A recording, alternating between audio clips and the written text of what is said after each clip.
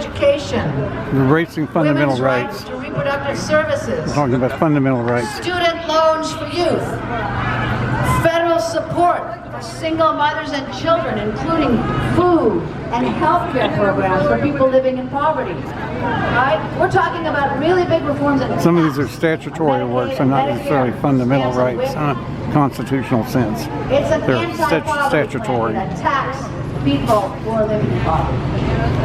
It also calls for firing, starting on day 1, January 20, 2025, some 50,000 federal workers, all these folks over here, and replacing them with 20,000 conservative loyalists.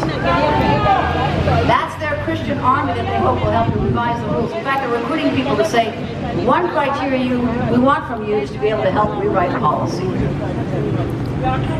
It calls for a complete erasure of all LGBTQ protections in federal policies and rules. That would It calls for reversing or applies to the military, I'm afraid. gains. All the DEI. We've been hearing about it. We're seeing it every week. You're already doing it. Well, DEI is reverse discrimination sometimes. That's different. Completely, with executive orders and others, remove all the Biden climate change policies. It's very dangerous to our world and our country. It calls for deregulation, which is an old conservative idea, right?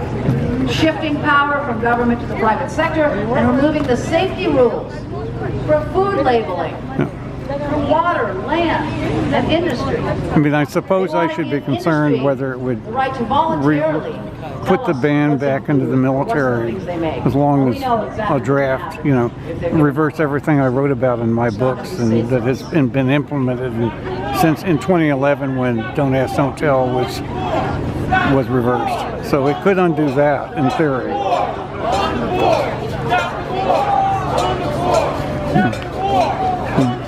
Now, there's another thing that's really important.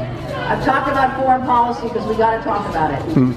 Project 2025 calls for radically changing U.S. foreign policy and foreign aid, which means drastic changes.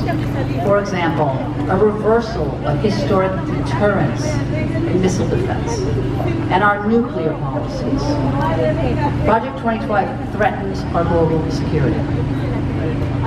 So, as I think I've laid out to you, Project 2024, as I think of it, as an equal opportunity attack plan, it has something for everyone.